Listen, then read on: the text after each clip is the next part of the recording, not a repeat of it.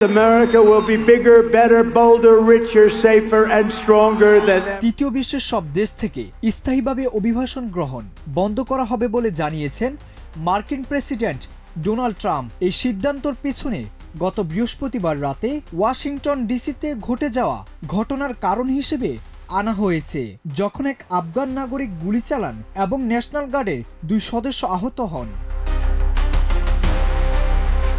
Trump তার নিজের সামাজিক যোগাযোগ মাধ্যম ট্রুথ সোশ্যালে উল্লেখ করেন, আমরা প্রযুক্তিতে এগিয়ে গেলেও ভুল অভিবাসন নীতি আমাদের অগ্রগতিকে নষ্ট করেছে। তিনি দাবি করেন, যুক্তরাষ্ট্রের জন্য যারা নেট অ্যাসিড নয় বা দেশকে ভালোবাসে না তাদের সব ফেডারেল সুবিধা বন্ধ হবে। সেই সব মানুষ যাদের যুক্তরাষ্ট্রের শান্তি বা সামাজিক স্থিতিশীলতার জন্য ঝুঁকি, তাদের প্রত্যেককেই দেশে ফেরত পাঠানোর প্রক্রিয়া শুরু হবে।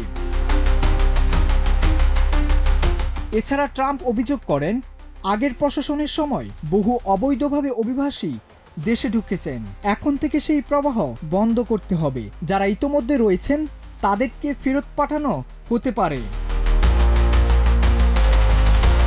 যুক্তরাষ্ট্রের অভিবাসন নীতি এবং নিরাপত্তার প্রসঙ্গে এই ঘোষণা বিশ্বজুড়ে এবং বিশেষ করে তৃতীয় বিশ্বের বহু দেশের মানুষ ও অভিবাসন প্রার্থীদের জন্য বড় প্রভাব ফেলবে বলে মনে করছেন বিশ্লেষকরা।